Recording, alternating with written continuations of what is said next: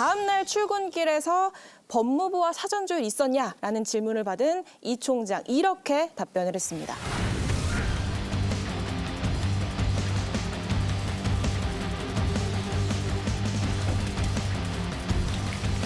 어제 검찰 인사 있었는데 총장님과 충분히 사전 조율 거친 게 맞습니까? 어제 단행된 검사장 인사는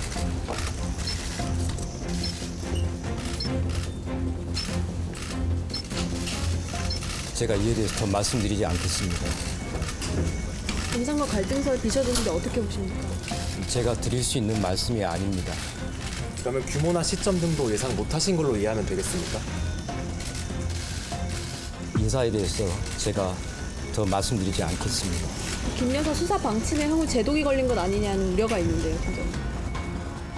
어느 검사장이 오더라도 수사팀과 뜻을 모아서 일체의 다른 고려 없이 오로지 증거와 법리에 따라서만 원칙대로 수사할 것입니다.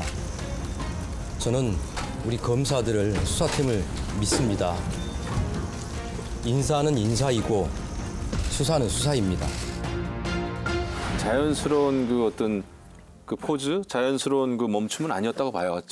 우리가 알잖아요. 방송 이렇게 보면 불만이 있거나 아쉽거나 안타까움, 말문이 막힌 거라고 봅니다. 그래서 이제 그게 기시감이 있잖아요. 우리가 문재인 추윤 정부 때. 갈등. 그렇죠. 추윤 갈등인데 이런 그 별로 좋지 않은 역사의 그런 그 장면들이 되풀이되면 저는 안 된다고 봅니다. 장관의 말을 겸허히 들으면 좋게 지나갈 일을 밖에서 다 식물총장이라고 그러지 않습니까? 제가 누구를 미워합니까? 이게 식물 아니에요 지금?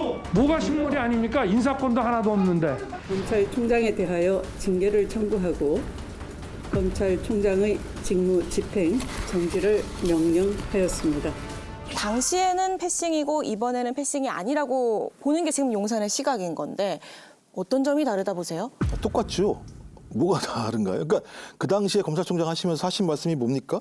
만났다고 해서 협의가 된 게 아니다. 실질적인 논의가 필요하다. 이원석 검찰총장이 갔더니 박성재 법무부 장관이 안을 주더라. 그래서 나는 이 안에 대해서 동의할 수가 없다. 반대한다. 좀 시간을 달라라고 얘기했으니까 협의가 안 된 거잖아요. 협의가 안 된 상황에서 전격적으로 이틀인가 후에 인사안을 발표했다면 그렇다면 둘 중에 하나겠죠. 대통령이 알면서도 그 인사안에 대해서 뭐 그렇게 통과하라고 얘기했던 거나 아니면 박 법무부 장관이 거짓말을 했거나 대통령에게. 추미애 당시 법무장관과 윤석열 총장과의 추윤 갈등과는 조금 차원이 다른 게 그때는 이것뿐만이 아니라 이걸로 촉발돼서 결국은 법무부 장관이 검찰총장을 징계하는 사상 초유의 사건까지 확산이 되잖아요. 지금 박성재 법무장관과 이원석 검찰총장이 당시 추윤 갈등과 같은 수준, 추윤 갈등과 같은 정치적인 어떤 대결 이런 양상은 저는 아니라고 봅니다. 다만 지금 확인되고 있는 것은 인사 시기에 대해서는 분명히 이견이 있었다는 걸 양측이 다 확인해 준 거라고 봐요. 그러니까 박성재 장관이 출근길에 밀어달라고 다 밀어줄 수 있습니까? 검찰총장과는 협의를 다 했습니다. 그러면 시기를 언제 해달라고 하는 부분이 있었다고 하면 그 내용대로 다 받아들여야만 인사를 할 수 있는 겁니까? 검찰총장 측에서 시기를 좀 뒤로 해달라는 요구가 있었다는 걸 간접적으로 시인한 것이고 그다음에 지금 화면에 나왔던 이원석 총장의 7초간의 침묵은 제가 이 인사에 대해서는 답변 드리지 않겠습니다라는 것은 답변할 내용이 없다는 뜻이기도 하지만 의도된 침묵을 통해서 시기적으로는 좀 이견이 있었다는 걸 사실은 보여준 거거든요. 아니 근데 대통령이 얘기했잖아요. 뭐를요? 검찰 인사는 법무부 장관의 제청을 받아서 대통령이 하는 겁니다. 이렇게 윤 대통령이 얘기했잖아요. 그래서 이건 윤 대통령이 했다는 거고요. 예. 대통령실은 뭐예요? 윤 대통령의 참모 조직 아니에요. 그러니까 대통령실에서 한 거죠. 그다음에 김근식 교수님의 말씀이 시기의 문제만이 아니라니까요. 이게 처음부터 윤한 갈등이 처음에 왜 일어났죠? 마리 앙뚜아네트 얘기했던 김경률 비대위원 이분을 마포구에 공천을 했잖아요. 그리고 한동훈 비대위원장이 그때 그런 말을 했어요. 국민의 눈높이하고 안 맞는다. 여기서 대노한 거 아니에요? 그래서 이 문제를 바라보는 대통령의 기준은 변한 적이 없어요. 김건희 여사를 수사해야 된다는 이 팀을 그냥 해체시켜버린 거고 검찰총장을 직격을 해서 식물총장으로 만든 거예요. 그 얘기를 그럼 이어서 해보면 이제 관심은 김건희 여사 수사가 어떻게 진행될지인 건데 소환 조사 이루어질까요?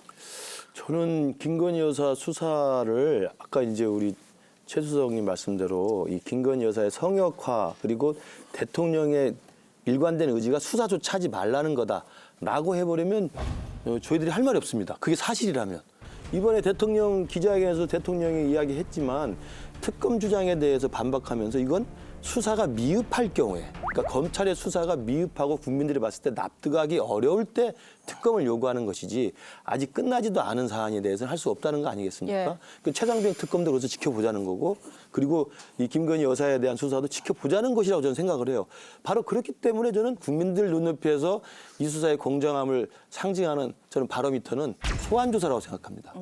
예컨대 대통령 부인께서 예. 소환 조사에 응하는 것이 저는 이 문제에 대한 저는 국민들의 최소한의 눈높이라고 생각을 해요. 총선 끝났다고 그렇게 막 얘기하면 안 돼요. 아니 내가 소환 조사를 많이 총선 받았다는 말이에요. 전이었으면 지금. 이거 공천 못 받는다니까 그런 말씀. 소환 조사를 많이 받았다는 그거 안 이야기를 하고 된다는 있는 거예요. 거예요. 그러면 소환 조사 안 할 거라 보세요? 저는 안 할 거라고 보고요. 우선은 이 검찰총장이 그야말로 식물총장이 된 거예요. 그래서 이원석 검찰총장 체제 내에서 이거는 착수하기도 힘든 일이 돼버린 거예요.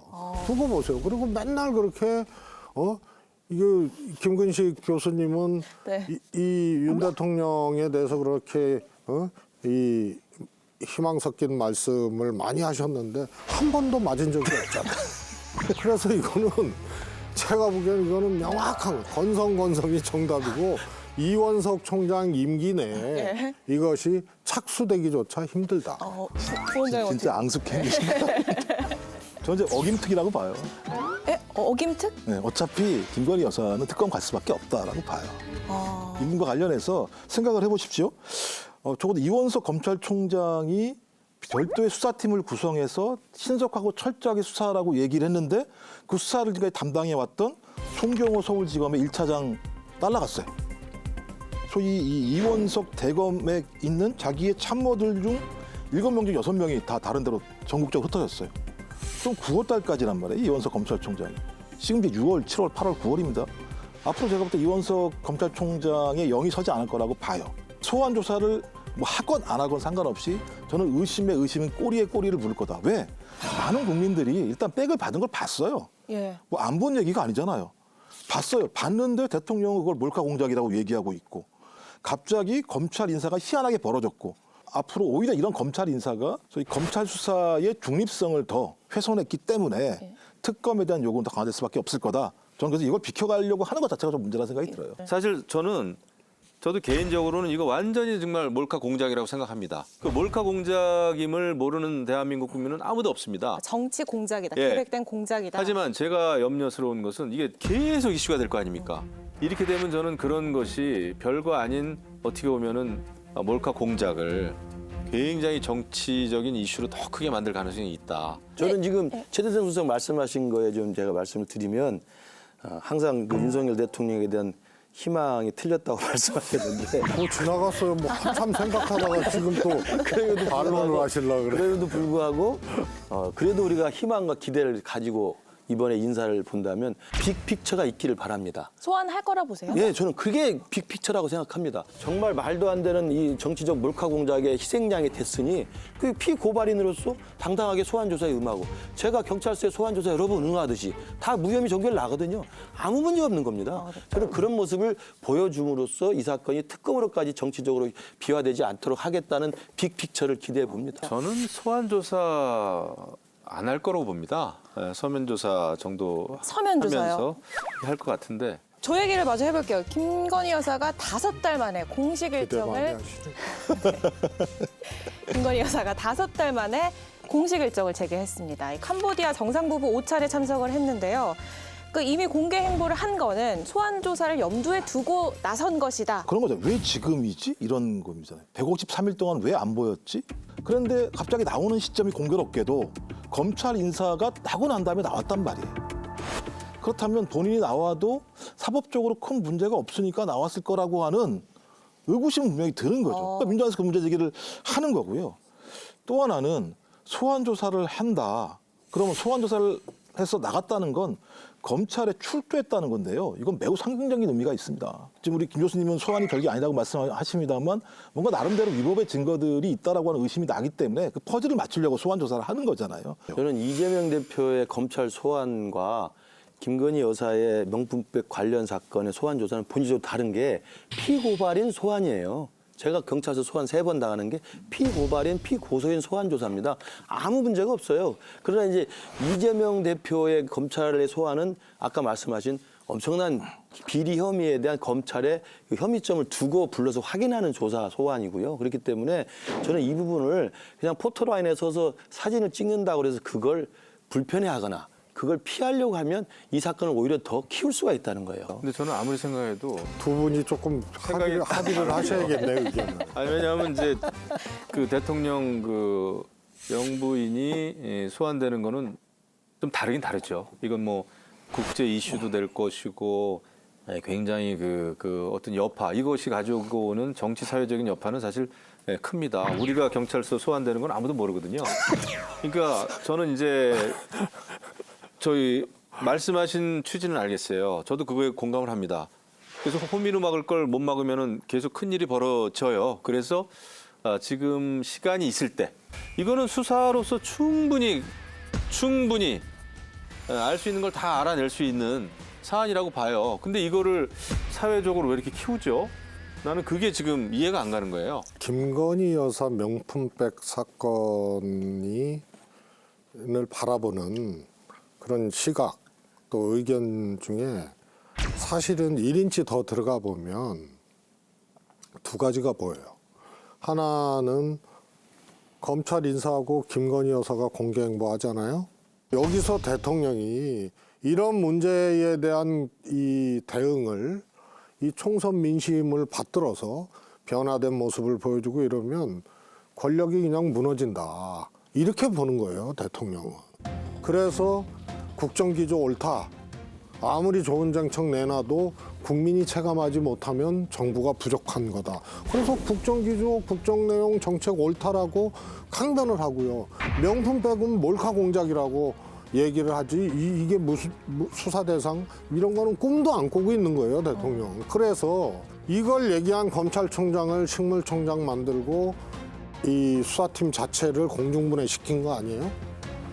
그리고 바로 김건희 여사가 공개 행보를 하는 거는 대통령 권력은 무너질 이유도 없고 무너져서도 안 되고 건재하다.